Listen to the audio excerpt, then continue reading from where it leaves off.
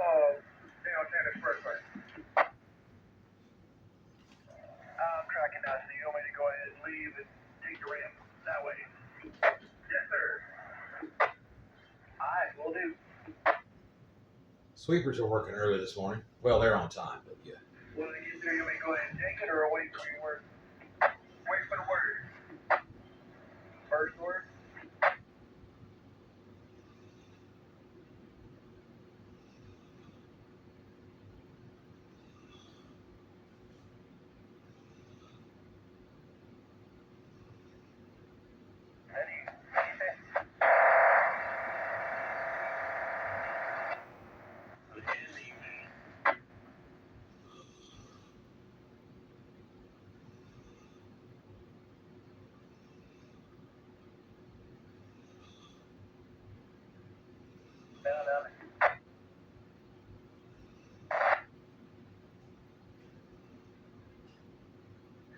What did you just say?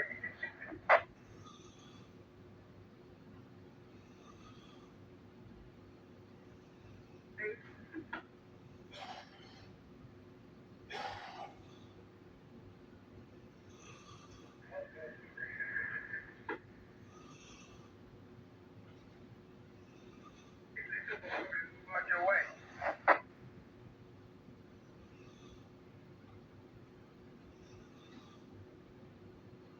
I like the way I talk. No, he knows he's hard.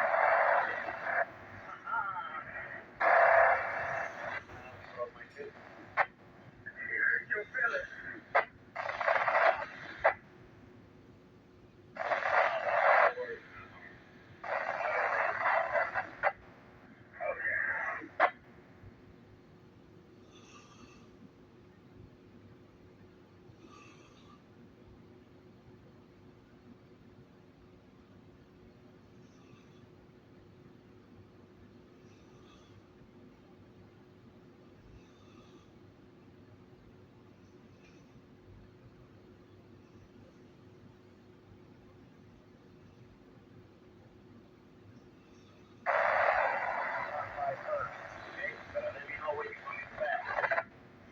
Hold on for a sec. You can go now. Hey, Mark. Anyway, I'm about to settle.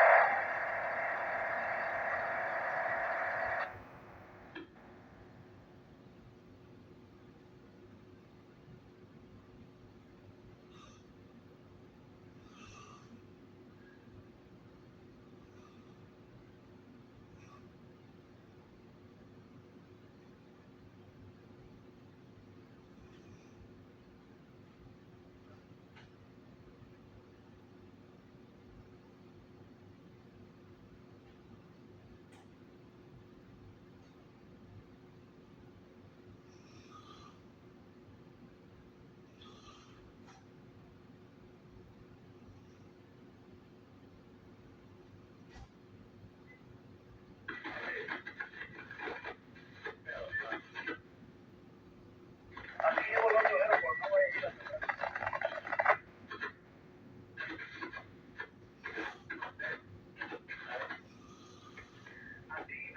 así cabalito como que fue que perdió por la pija grande.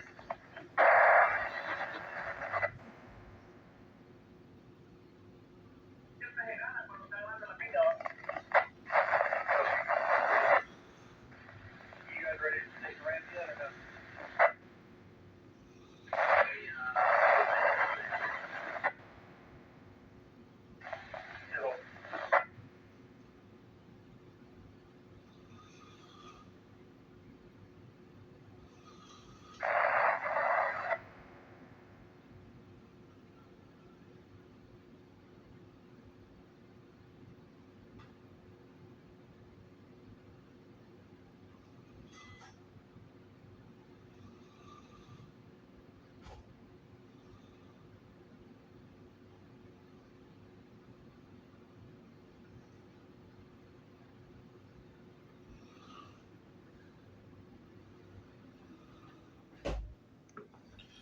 All right, so it's early yet.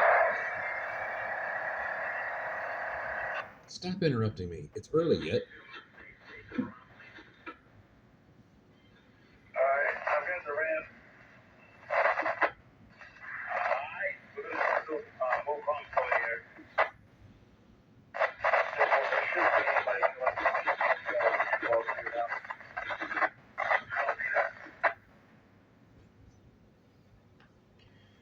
So, it's early yet, as I was trying to say. It's Wednesday, the 14th of August, 2024.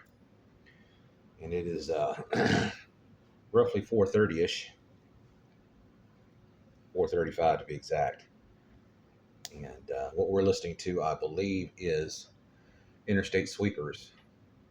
And they're out there sweeping the shoulders and the median against the wall right outside here on I-95, just downtown Richmond.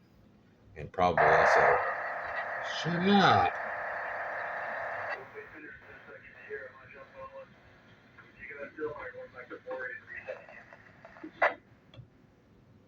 Now I do have...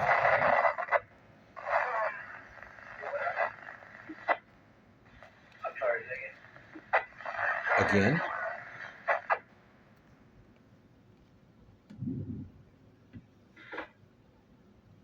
So yes, there's more than one radio listening to these guys. One is off screen. Actually, two are off screen, because they're programmed the same.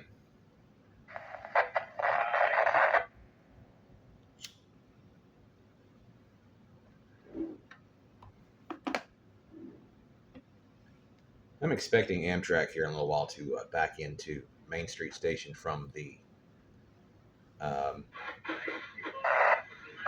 actually from the north. They'll call it west. By the compass, it'll be from the... By the compass, it will be from the north.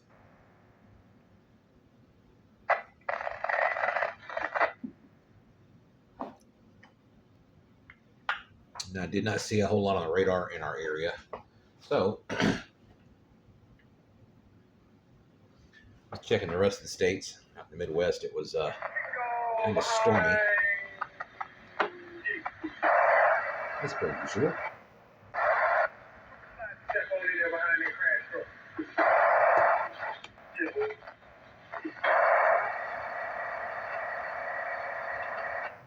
Did he say crash truck? That thing's been moving around all morning. It changes frequency every 5 or 10 minutes. I'm beginning to think it's one of those 900 megahertz hopping frequency things.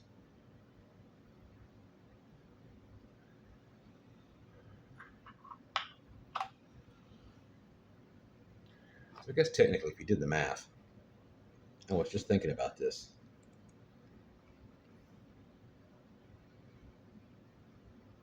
I need to get off these daggum smart devices and just get the individual devices the way they used to be.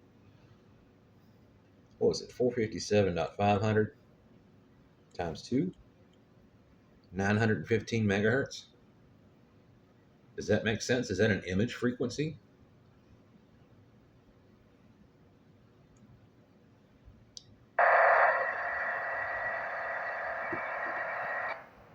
Tell me I'm wrong. Please, no. Tell me I'm right. I'm guessing that's how that works. The secondary image would be, what is it, halfway in either direction?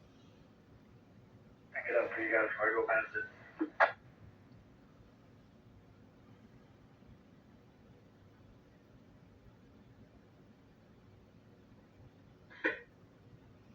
Is that what it's called? Secondary image?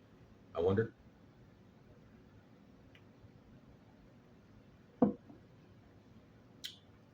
So technically, I'm on my third cup of coffee. And I've only been up about an hour and a half, maybe. But sometimes it's worth getting up this early to catch these guys. See, another benefit of all these radios, and it's overdone. See, it's moving up. No, it's moving down. Okay, 453.2125 times 2, 906.425.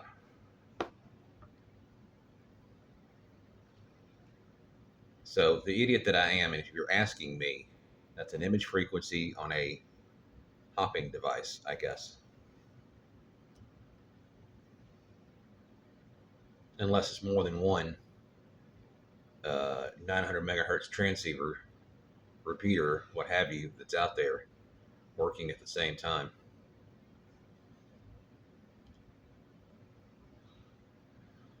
Or relatively at the same time. Anyways, back to the multiple radios. Again, it's overdone. And at that, the 245 XLTs on the right, the second and third radio, 462.5, that might be right.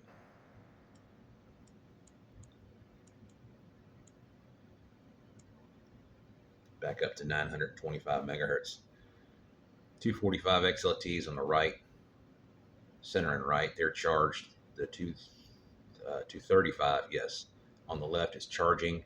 I do have to manipulate the power cord to make it charge, which means I'm pulling the pin to one side to make it connect. It might be a broken pin or damaged pin, center pin.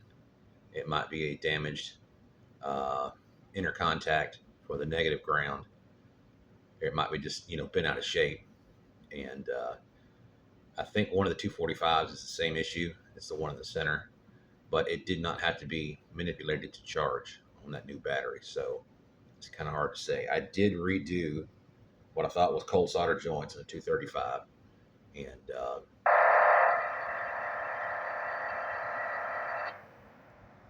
as it is,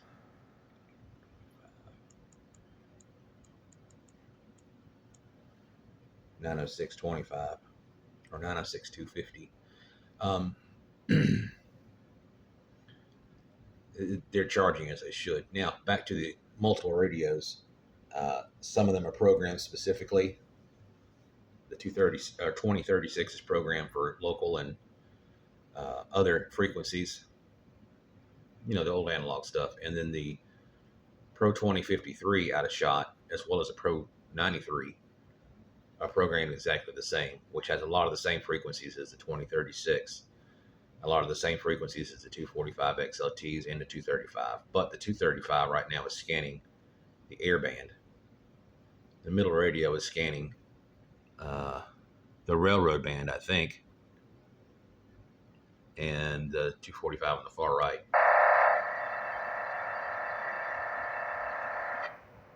is scanning its memory banks, isn't it? What service are you on, sir? Let's put you back on the railroad. There we go.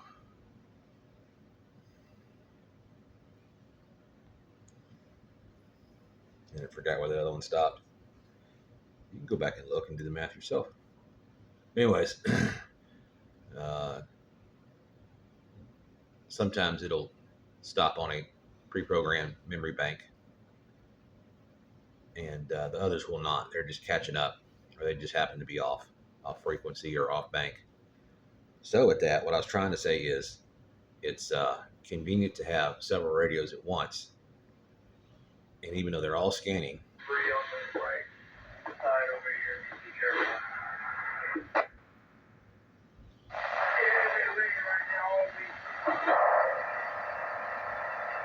and just like that, the 2053 stopped first, the 2036 caught up. So sometimes one happens to be in the right place while the rest are not. And that's the convenience, the joy, the excitement of this particular aspect of the hobby. Chances are more than one radio, which is why I'm sure it's always been done that way. Most radios are probably more often than not programmed pretty much the same way. Some are ahead, some are behind. Some can receive, some can not, depending on where they're set up or where the antenna's set up. The kind of antenna, be it a antenna right on top of the radio, doesn't matter if it's a rubber antenna or rubber covered antenna. a top of set antenna, an external antenna, an actual antenna outside, the type of antenna, quarter wave ground plane, or, well, really for any band.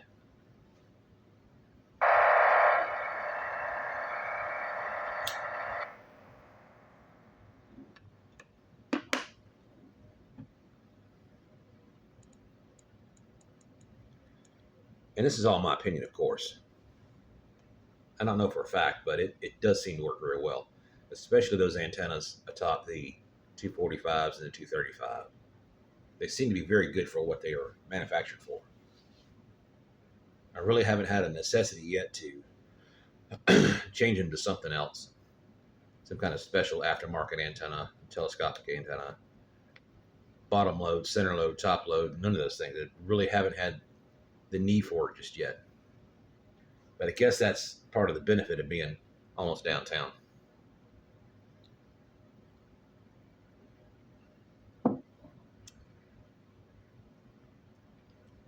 Now, if I'm correct, actually, Amtrak is already backed in to Main Street Station.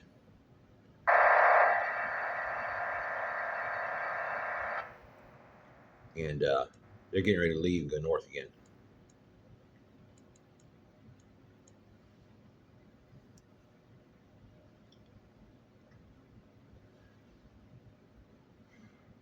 Points farther north. What is it, Scott's Addition? Is that the next stop? Then on upwards through DC and Baltimore. Probably far northeast is Maine, somewhere in Maine. I don't have the particular lines memorized. Now, this particular train, it'll get up into probably the Baltimore area, and they'll switch from diesel to, well, diesel electric to electric specific with the overhead gantries and such, and then go up into the northeast. It might change again once they leave New York or one of the other states before they get to Maine. I'm not sure. You can find that on pretty much any other Amtrak or railroad type channel.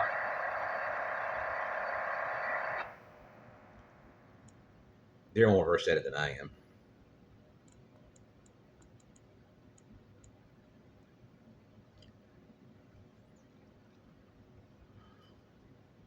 So as I guessed, this frequency's hopping around back and forth a little bit. It doesn't mean I'm right. I just guessed. There could be one device that frequency hops on 900 megahertz, or it could be multiple devices assigned different frequencies up around 900 megahertz. And they all just happen to fire off separately for whatever their duties are. Duties, assigned frequencies, or I don't know. What's fun is I have my own.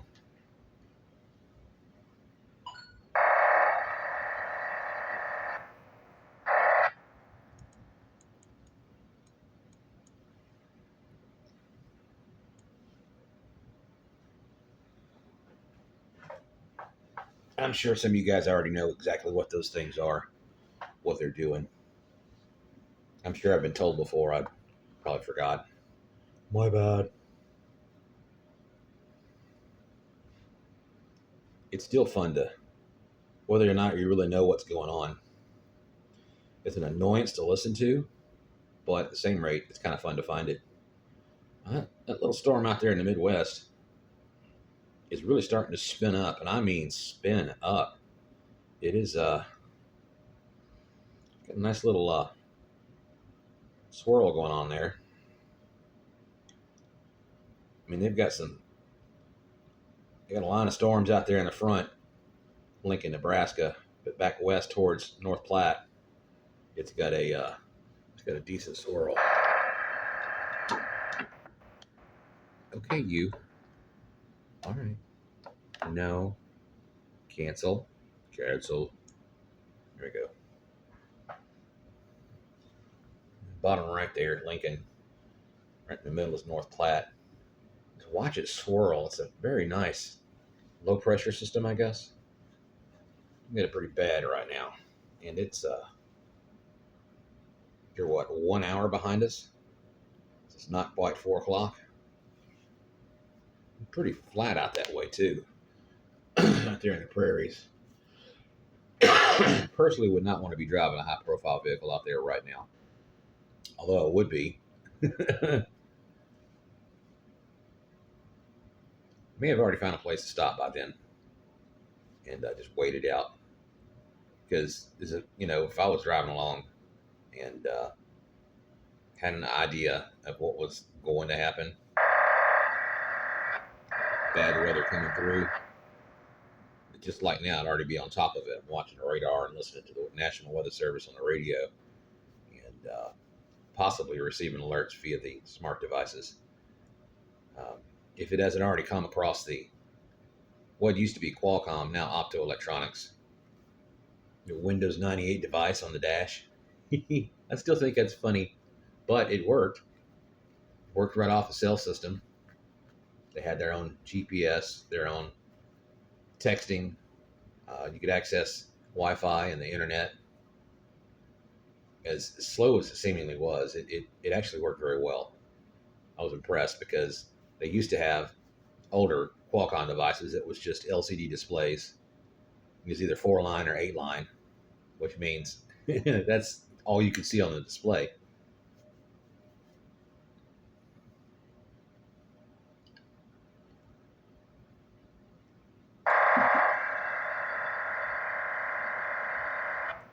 Which made it a lot worse because you could only see 4 lines of your logs, or 8 lines of your logs, or 2 lines of logs and 2 lines of messaging.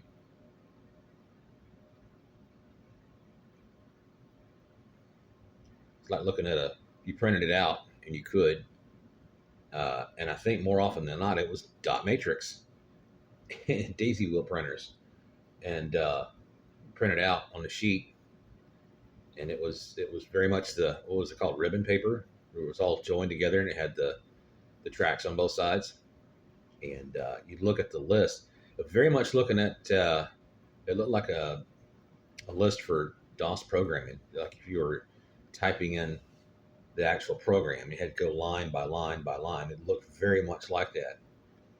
Numbers out in the front for time of day and possibly dates, and then whatever duty status your movement or stop was listed in that line. I kept a year's worth of logs one time just to have them in the truck just in case. And as terrible as they were, I had the whole year. And it was about a quarter, half a ream of paper, I think. It was a lot of paper, but it was there. It's only required to keep logs for so long, but a year's worth just in case. Nobody ever saw it. Nobody cared. Nobody asked for it, but it was there. I guess it was the habit of meticulous record keeping that I developed. And I kind of still retain that. But having that habit, that knowledge, it's not only easy to collect, but keep up with. Bear with me about another 10 minutes or so, and Amtrak will leave. Yeah, see, they're already getting out of range on the interstate. But at least they've got a good night to do this. What was that? I'm not listening to anything digital.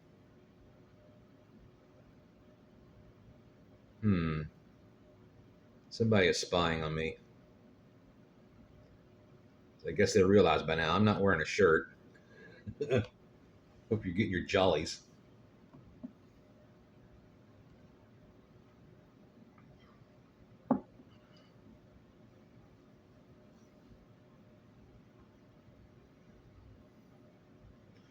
I just thought the storm was interesting out there.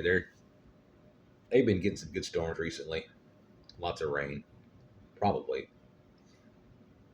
I just thought that was impressive. And share it.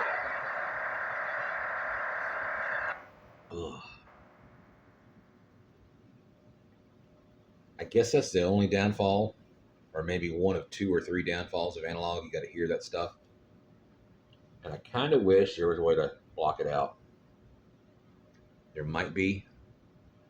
I'm just not really sure how to use it. There's a lot of functions on there, or keys on some of these radios that say data, which I presume you could block it out with data. Or maybe it listens to it specifically. That was the railroad. I'm not sure exactly who it was. Then again, CSX might be waiting Amtrak to clear the station because they're on main line too. Unless somebody's coming down one from another direction, say from the west, out there towards maybe Henrico. I still don't know this town very well. And I'm sure you can pull up most of any maps and find the rail lines and see from which direction they come. Norfolk and Virginia Beach is easy. There's an east-west line that comes out of western Virginia down in the Tennessee area as well. It's hours west of here. Or is it? I guess it would be. It's been a long time since I've had to, well, honestly, if I'd ever done anything from here and I'd run west, I'd, of course, run I-64 west up to I-81 and then generally southwest or just south on I-81 and go all the way back down to I-77 in the Carolinas and run it south to I-85 if I really wanted to do it that way. More often than not. Otherwise, I'd go down to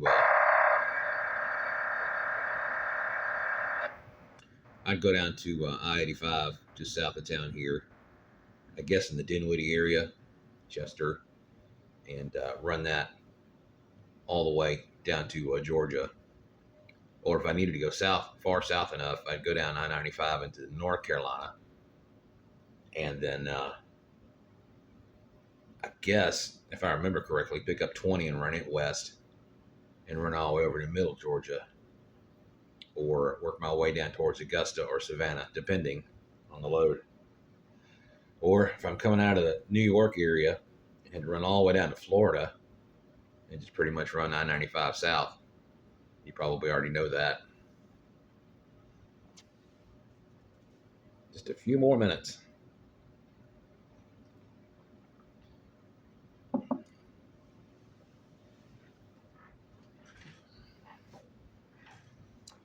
Normally they would as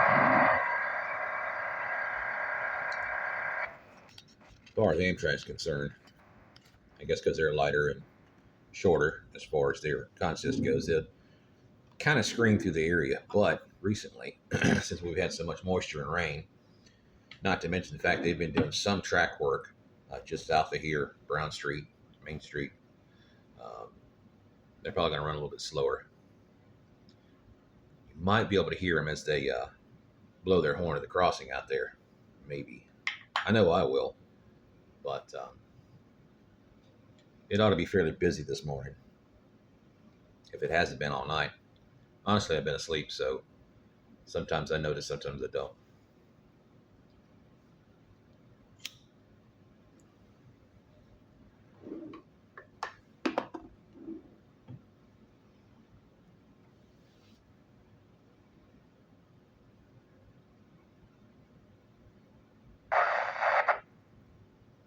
I was just about to say it's awful quiet, but come on. Why are you the only one? It's because you're older, Tech? I guess I noticed that the XLTs have not done that much.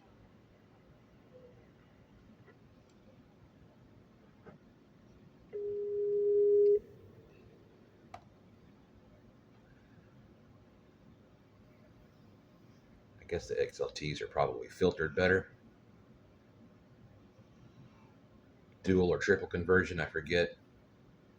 The 2036 may only be single conversion. I don't know. Anyways, it's roughly 5 o'clock. I think Dinwiddie just identifies as such.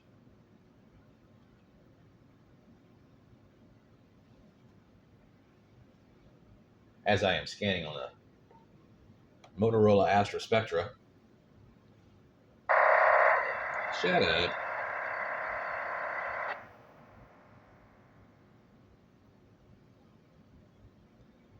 Anyways.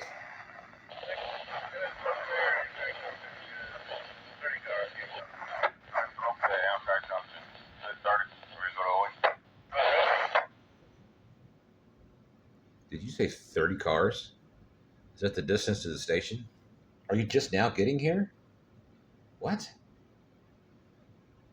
I'd say you're running a bit late there, sir.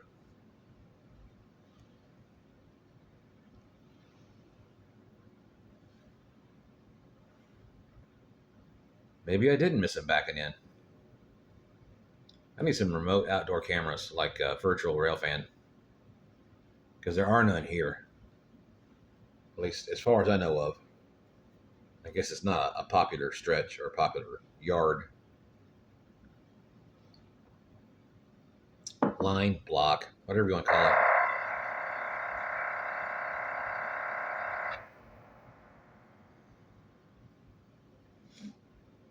Been tracking some packages coming into the shack for some more accessories and upgrades, and been having some issues with USPS and FedEx. And, they're behind a couple days. So I'm asking the bots on the app, where's my package? Oh, what's your tracking number? So I selected, I have no idea. And they're like, well, I can't help you without a tracking number, which I knew that. I have them, I just didn't bother to cross-reference and look them up. But hours later, they came back and they were like, it's delayed. And they would give me a city and state of where supposedly the truck was, or the package itself. And it was kind of fun to go back and look at where the truck possibly was. And I began to formulate my own opinion about what was going on. And the neat thing was, you look up the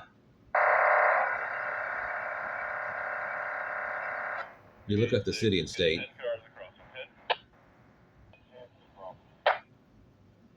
These guys are awful quiet. I hate that. But anyways,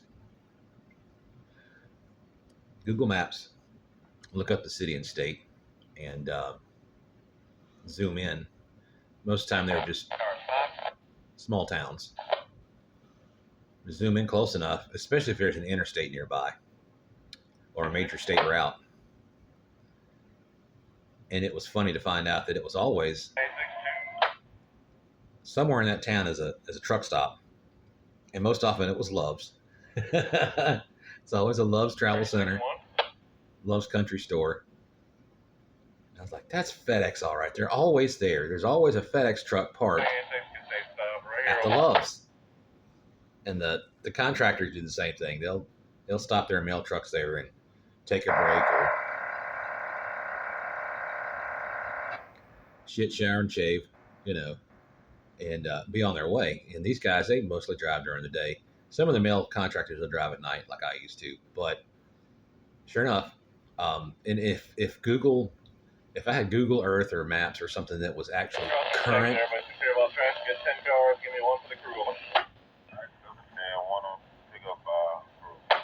10 cars out. They do not sound their horn when they back in. They get out and drop flares.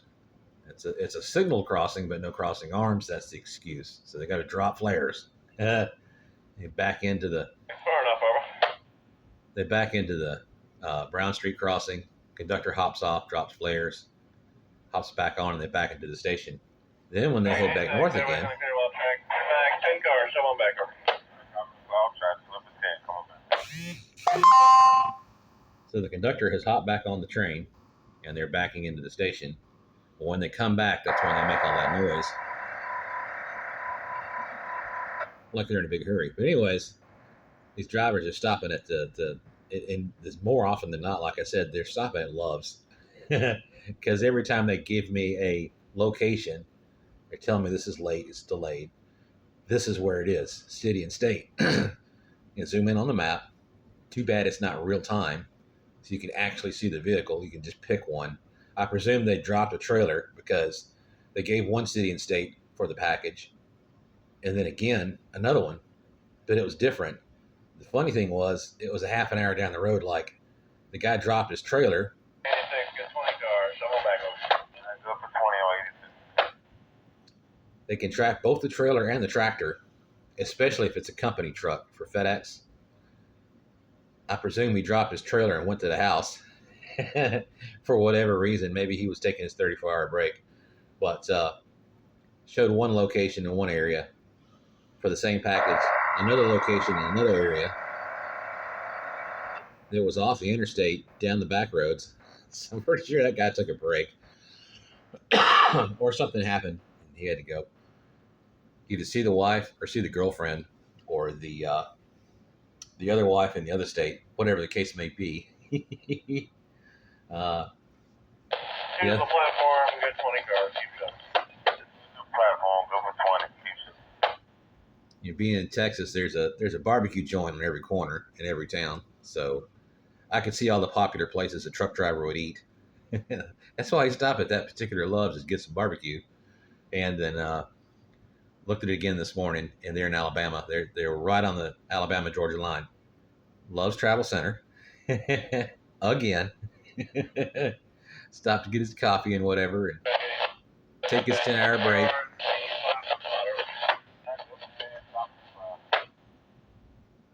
Guarantee you, if that truck has to stop one more time before it gets here, it's going to be a Love's Travel Center. I guarantee it. So yes, I found a new hobby. When you order a package and you look at the locations of where your package is, and then pull it up on Google Maps, I'd be a bit surprised what kind of truck stop they pick for their 10-hour break. But yeah, it'd be really cool to have a live satellite feed, or live enough, at least within 10 hours, to catch them on their break. And you can see truck and trailer together, or they dropped the trailer and went home or girlfriend's house or whatever. I just think it's funny. I can't help it.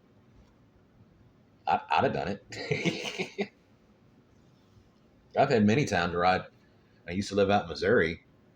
There was a local Petro stopping center and a couple other truck stops on the same exit. And I would, because I didn't think they'd care, I'd drop a trailer, empty or loaded, and go home for the weekend, or my weekend, 34-hour break, and run the tractor down the road 10 or 20 miles, however far it was from the truck stop, because it was there. And just back the tractor in the driveway and go see the better half. She'd be happy to see me. While she wasn't riding with me at the time. Take off again and pick up my empty or loaded trailer and go away again. The trailer's still there on the back lot.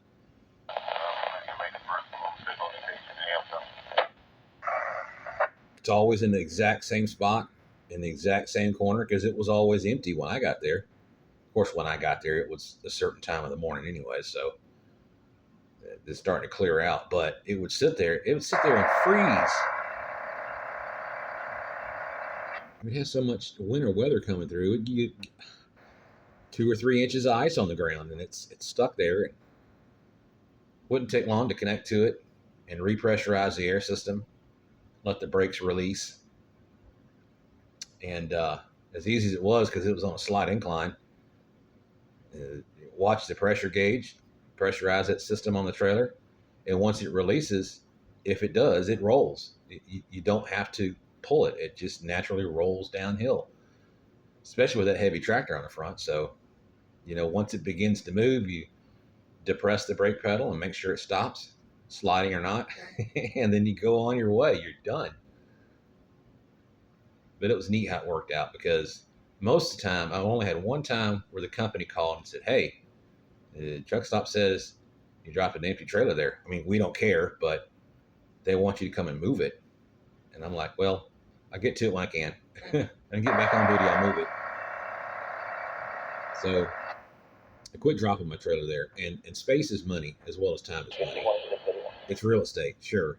It, they may not collect for that space every night like some truck stops do, Love's Travel Centers, but you can park a trailer there for 10 hours and go back on your way. That's really all they want to do is come in and buy fuel and whatever stuff for your truck and yourself. Shower, laundry, coffee, grab your toothpaste and deodorant, be on your way. I understand that because of the size of your lot. It might be a small lot. You might come in and get your truck washed next door and then park, or park and then go get your truck washed, or whatever the order process. But the Petro, as big as it was, they would enforce it on paper, but they would never send anybody around and say, "Hey, move it or lose it. Get out." Because I've left the tractor there or the trailer there for almost 48 hours and nobody ever called or said anything. And when I got back, connected, and then went through the fuel island, nobody ever said, "Hey, that's yours? Get out." No, never. And it was always for me, a popular fuel spot, but as is for many, I don't care if it was a big company or small company or individual, they come in and fuel and service shop and shit, shower, shave, and watch movies and whatever. It was a big truck stop, popular truck stop. As long as they made their money and you can cash your what were those things called? Com data checks. You can get in advance. Just call your dispatcher. Hey, I need some money. All right, here's your number. Write it on the check. They'll cross reference. It's like pretty much like a money order, or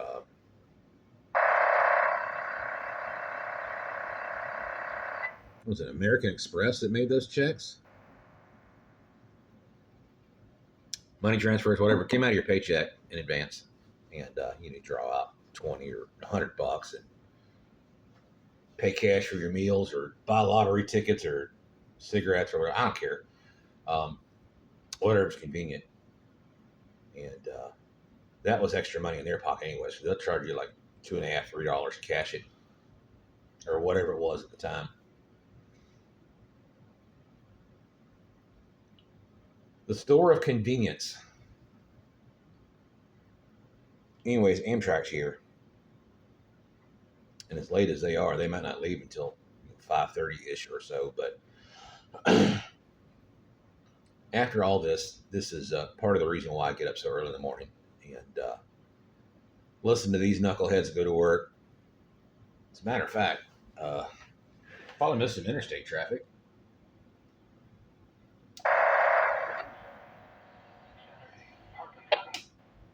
Still set to the National Weather Service.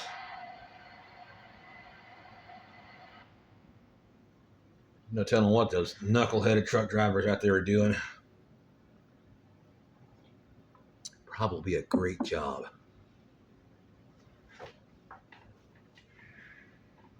Multiple facets of services to listen to. Gosh, I was listening to FRS radios late into the night last night. Well, kind of late. I did go to bed a little early, but still, they were motivating around out here on the interstate. Sometimes the local bars, or on the weekends, there'd be some kind of a special event. I think I heard some wedding planners out there one night the other week, which might have been as close as Main Street Station. I think they lease out their spaces. They'll lease out their ground level. I guess you could call it a basement, because the second level is the platform for the trains. That's kind of neat. They got see-through floors in certain places. But anyways, they can lease out the bottom section of the station for, well, I wanted to say conventions, but it's big enough to have like a mini convention. And there's a walkway through the center. It runs east and west. I think it used to be the street, and they started to close things off and make parking lots and pave over tracks. but it's kind of a breezeway, and you can walk from one section of the building to the next. The platform goes all the way through, so on the second floor, it doesn't matter. But plenty of space down below to lease out, and even in the parking lot, there's a patio on the north end that you can. I've seen it sectioned off and fenced, and porta potties everywhere. And, oh look, was that TAC 3? Wow. So they'll quick key those things at any hour of the day on that particular spectrum, and sometimes I'll have a conversation. I don't hear half of it, but it depends on how they have it set up. But anyways, you guys know better than I do. But back to Main Street Station, they would lease out any space that they had below platform level. I expect they make money off of it, but that's what I could hear. That's why I could hear some of those events, because they're that close. It's probably a quarter mile or so from here. It's not that far, maybe half mile, because it's right across Broad Street from where I am. And those little radios, they carry pretty far. That's the whole point of this rambling that I'm doing here. And it's pretty neat. Stuff that you can hear, as crowded as it is, it's probably why.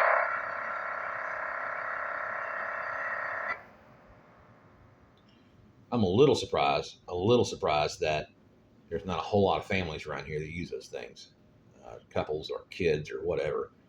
There's a lot of people here. Not too surprised because we're so far advanced in smart devices. So those are taking place. But a little surprised that nobody's gone backwards in technology like I do for FRS and GMRS, and the rare MURS, or even more rare 49 megahertz. And they still use CB sometimes, but just under 6 meters. Of course, it doesn't carry very far, and even if they did, I couldn't hear more than a few hundred feet out. But still, nonetheless, here in the same building, it could be done to a certain extent. It's only 49 megahertz.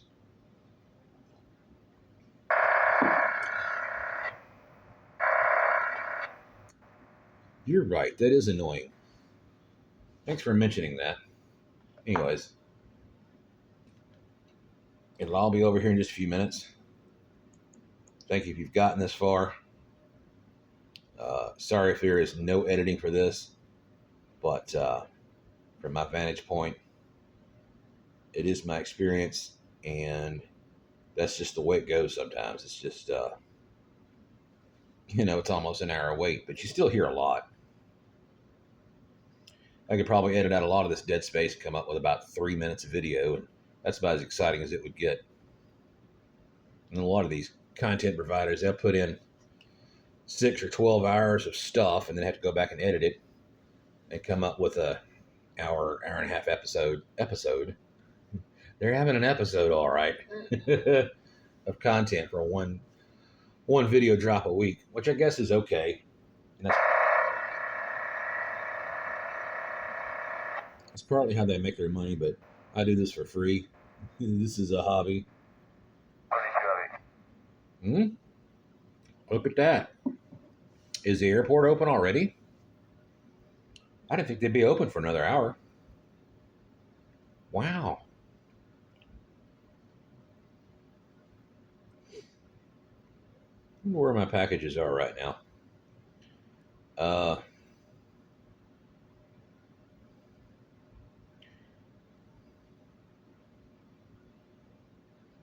used to have good maps for this. I could probably still do it free of charge. Let's do this the lazy way. Hey Google, how far is it from here to Atlanta, Georgia? The drive from your location to Atlanta is 532.0 miles.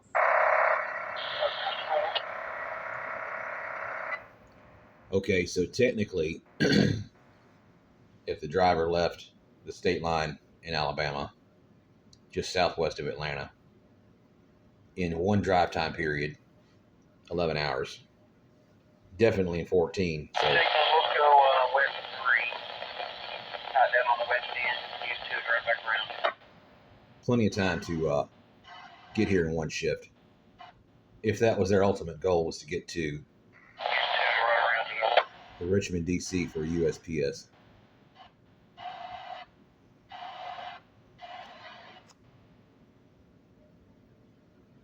So it sounds like the default detectors maybe. Well then. Potty mouth.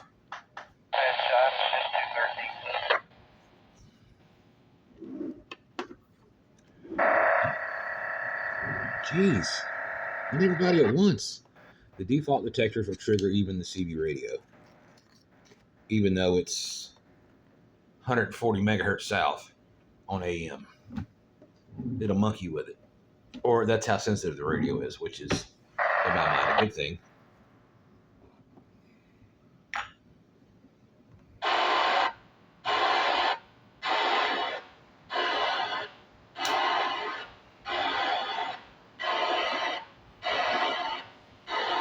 Or that's the standard.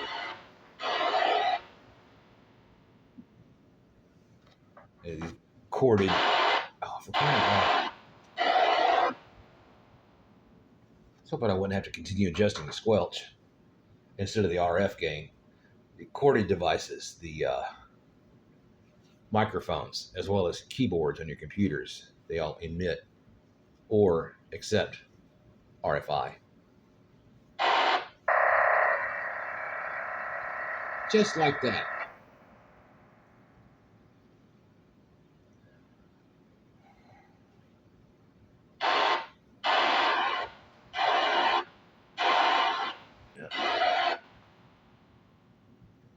And the further we move along, the stronger that signal gets.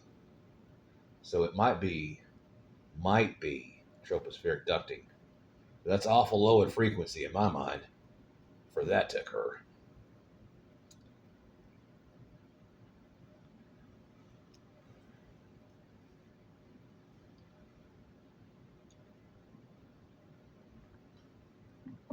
Oh no. Maybe we're getting some atmospherics, and 11 meters is starting to open up. Middle of summer. I guess with the current conditions, it might be doing that. Let's look up the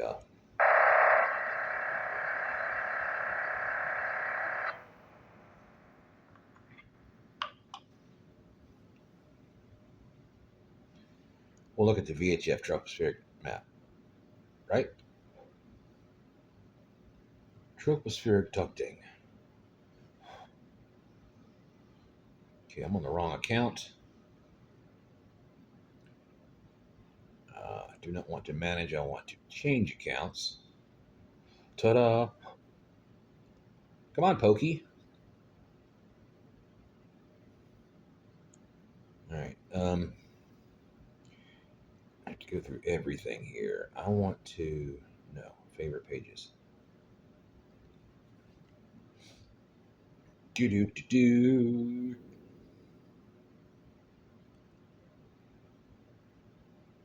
Got a lot of pages to go through. There it is.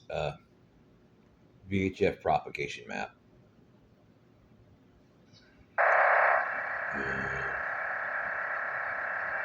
We're on the wrong continent. I'm a bit surprised.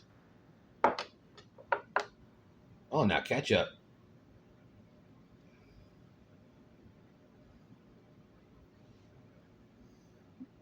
Nothing.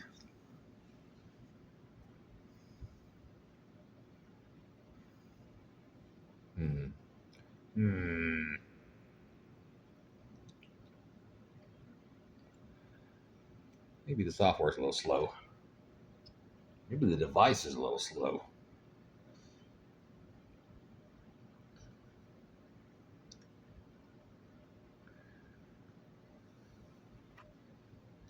Is there a refresh rate? No.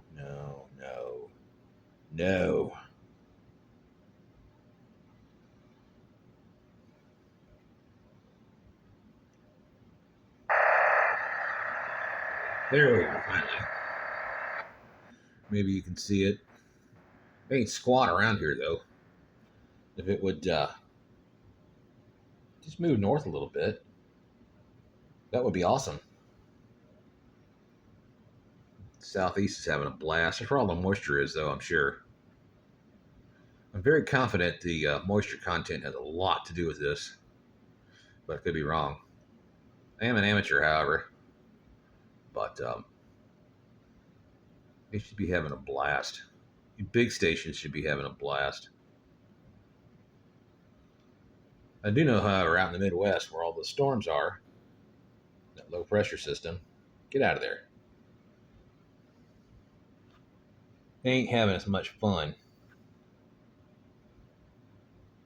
Up past Kansas. Nope.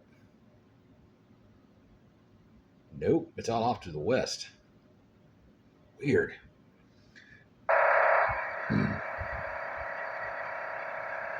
Maybe moisture has nothing to do with it. Or at least the electrostatics of the storm. I don't know.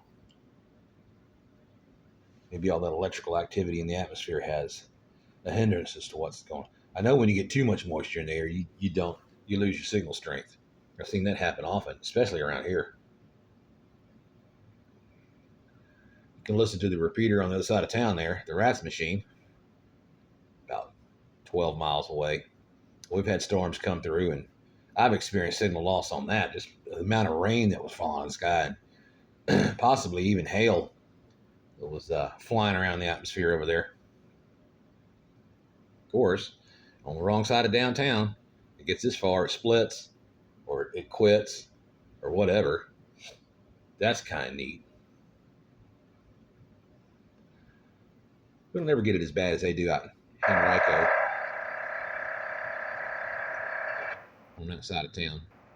Well, the south side, south of the river, or way up there in Hanover and Ashland.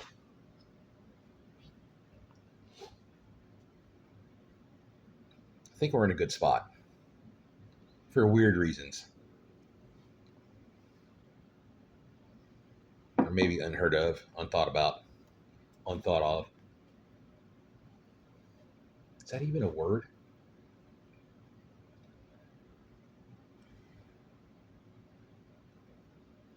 Anyways, early morning excitement. Thanks again for sticking around this long. If you have, you're as crazy as I am. Is that saying a lot? That's saying a lot. Is that a lot? That's a lot.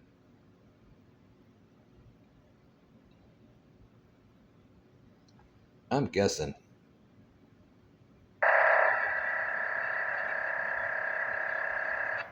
Besides all that excitement, the rest of the excitement's over for a little while.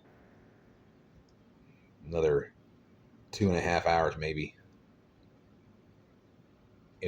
No, I don't think school's in session yet. But typically they'd kick off about 7 or 8. FRS channel number 1.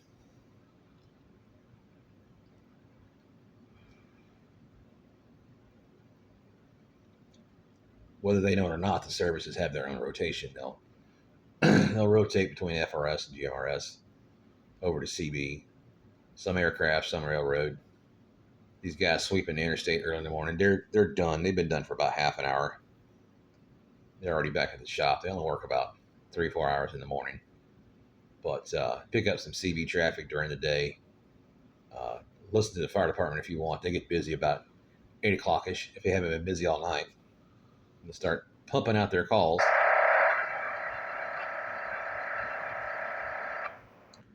All the drive times, ham radio kicks off. The regulars show up, and they're mobile or pedestrian. Brunch, it gets kind of busy. Lunchtime is busy. All the hams are taking their break and lunch break and checking in. I'm sure the morning nets are busy. And afternoon drive time starts about 3 o'clock.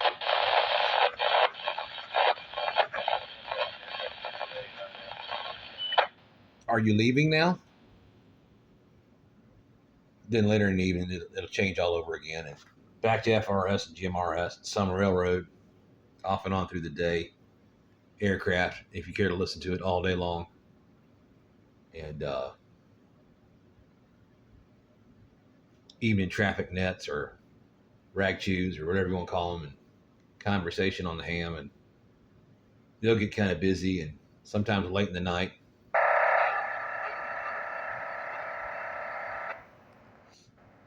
I heard HF's have been kind of slow lately, but routinely they'd be busy, especially in the evenings. Should be busy this time, a little later in the fall, maybe throughout the winter, depending. But it's all fun. If you care to do all that all day long, if you got the time, or you pick certain time slots, certain hours of days, you can get plenty of action. I don't care what you listen to. Heck, even the digital stuff sometimes is busy. If I can hear it here, I can hear a few conversations. I may have to go outside to do it, but I'll catch some conversations on DMR or P25 or oh, more content providers, huh? You just couldn't wait to tell us the news, could you, buddy? At least they're. Fresh Edge. Yep. That one doesn't slough from the legacy media as much as the others do, but still, news nonetheless. Political news, if you're up for that. Sometimes I are, sometimes I are not. But it just depends on how important certain things are. Go refill my coffee cup. Let me know if something happens.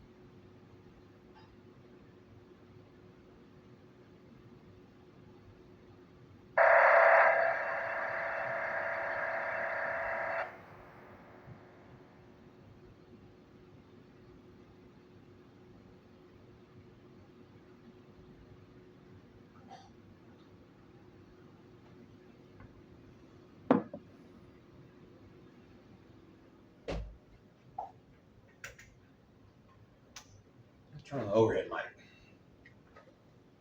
5 minutes of a broadcast.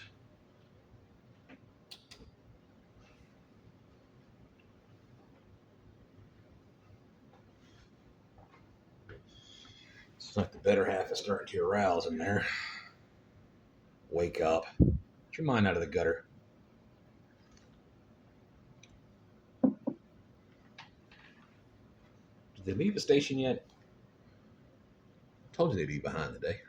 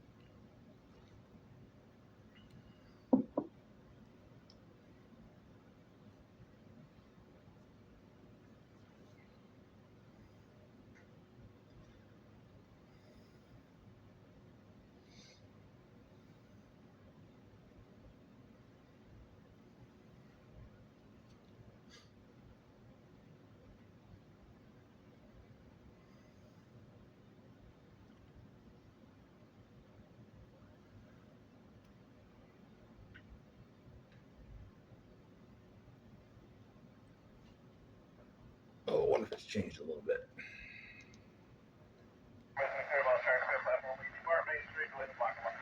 Finally, get to work. Sorry. Get back to work.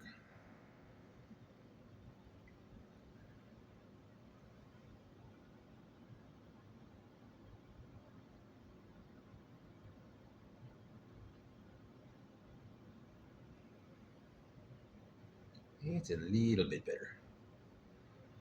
Not by much. We're still not in the fun zone yet. Maybe in an hour or two.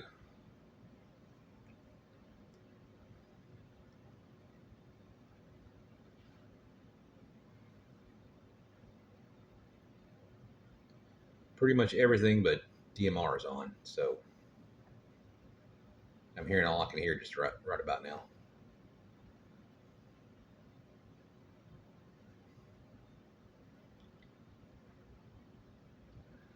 I do believe the hour of excitement is just about over.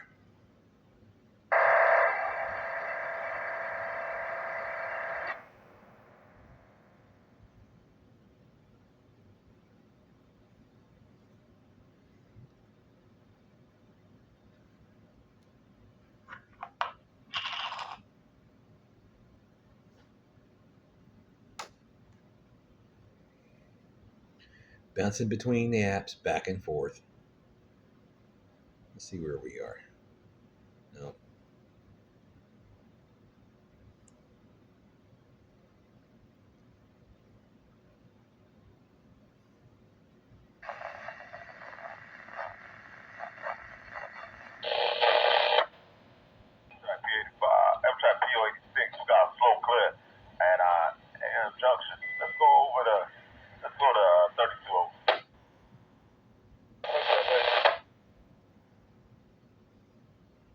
So they're on channel 8 right now and switching over to channel 32 between blocks.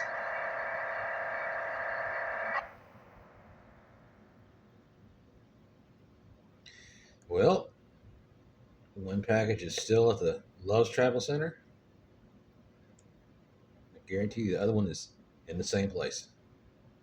Well, not the same truck stop, but you know. The guy's still on his 10-hour break.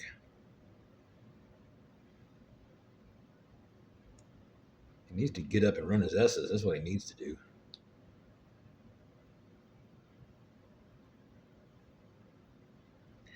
Moving through the network.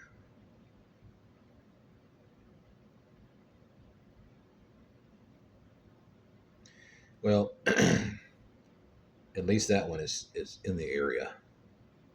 It's right here in town.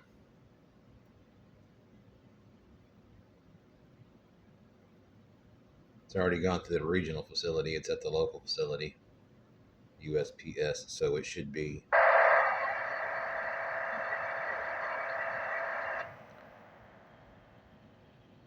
See, that one's interesting. I don't know what that is. Oh, it's a 147 600 or 460. I don't know if I have. Let's see. I shouldn't have closed that already.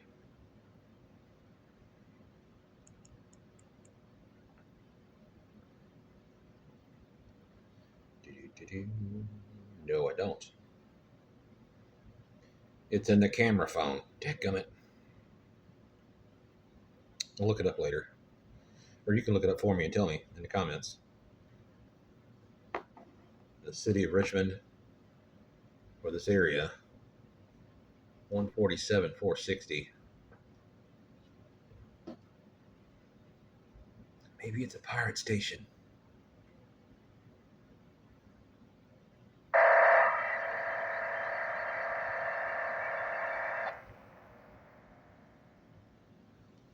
So, given the fact that Amtrak is now on channel 32, they should have already passed through Brown Street, AM Junction. No signal. I didn't hear a signal. That's weird.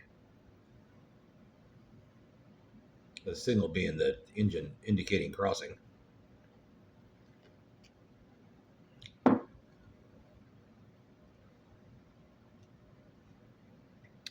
Well, fellas, I guess it's going to be it. Oh, no.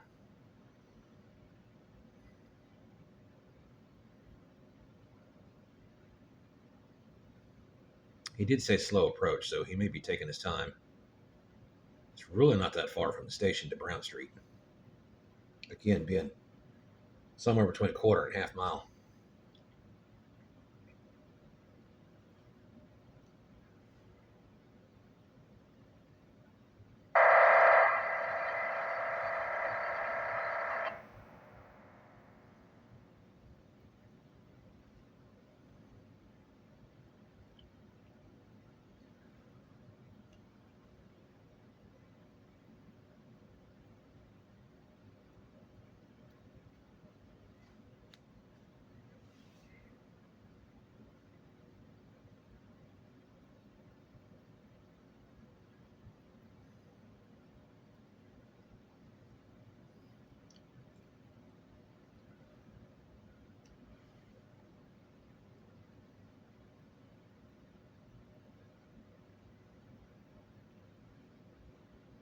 This can't be weather related. There's no participation of precipitation here that I know of. I mean, it might be foggy, maybe. So much moisture in the air, but still. Golly.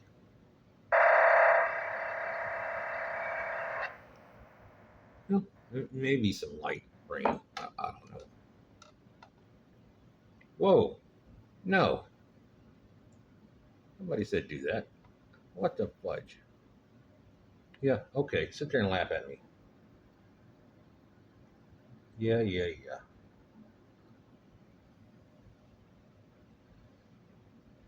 Stupid smart device.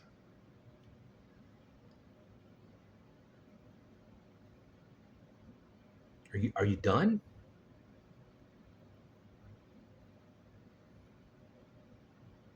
Why does it shake like that? Because it's touching the other bracket? Maybe. Yeah.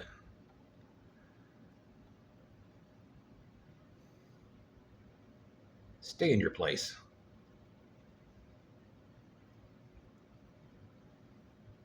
Know your role.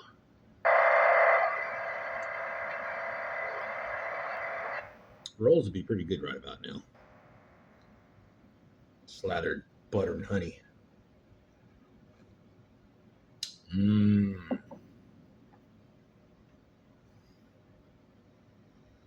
Okay. I reckon that's it. I want to shut it down. If you miss it, it's your fault.